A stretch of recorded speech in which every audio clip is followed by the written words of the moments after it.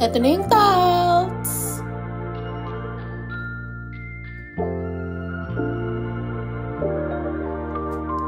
So guys, ito na nga, dumating na yung thoughts delivery natin for this month. So this injection is for the treatment and management of psoriasis. So tapos na ako sa twice per month for 3 months. So this time once a month na lang tayo sa injection.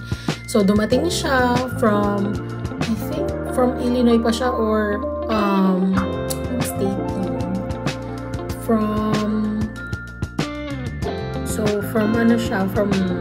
Texas. Tapos napaka-safe naman niya na dumating, napaka-secured. Talaga nakalagay siya sa ice, at pag dumating siya galing FedEx, kailangan may taong magre-receive sa kanya, or else hindi niya i-deliver. Kailangan may magsasign talaga. And it comes in this box. Tapos kailangan i-check natin yung quality ng box at saka nung injector kung okay naman, kasi kung hindi, babalik natin siya sa Nexus Pharmacy, which is sila yung provider nito. Yep.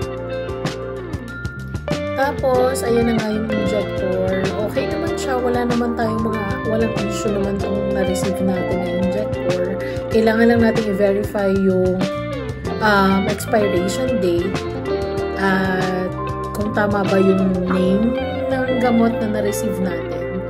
Tapos, ita-thaw lang natin siya for 15 minutes bago i-inject kasi nga malamig siya.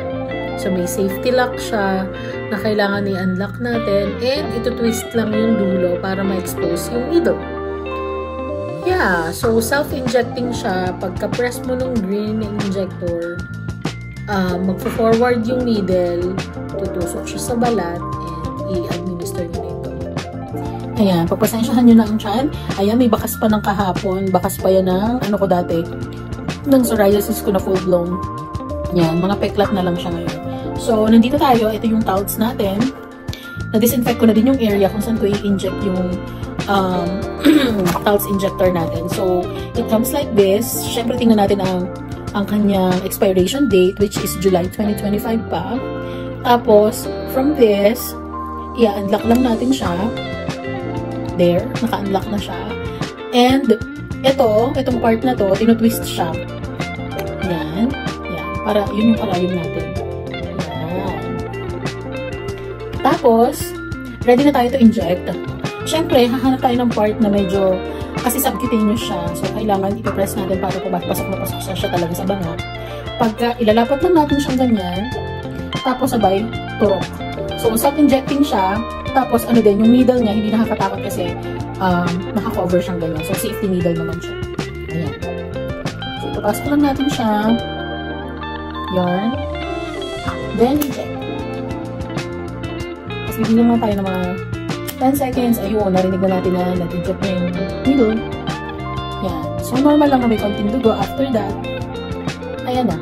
Na-inject na natin siya. So, ang ginagawa ko before disposing, ayan yung needle niya. Nandiyan pa din. So, para hindi na nakakatakot i-dispose, binabalik ko lang itong cover. Yan na. Tapos, pwede na natin siyang itapon. Tapos, ang ginagawa ko, nilalagay ko lang siya sa box niya para yung magpipick up ng basura, hindi naman siya matutusok ng karayom. Kasi nga, safe naman siya.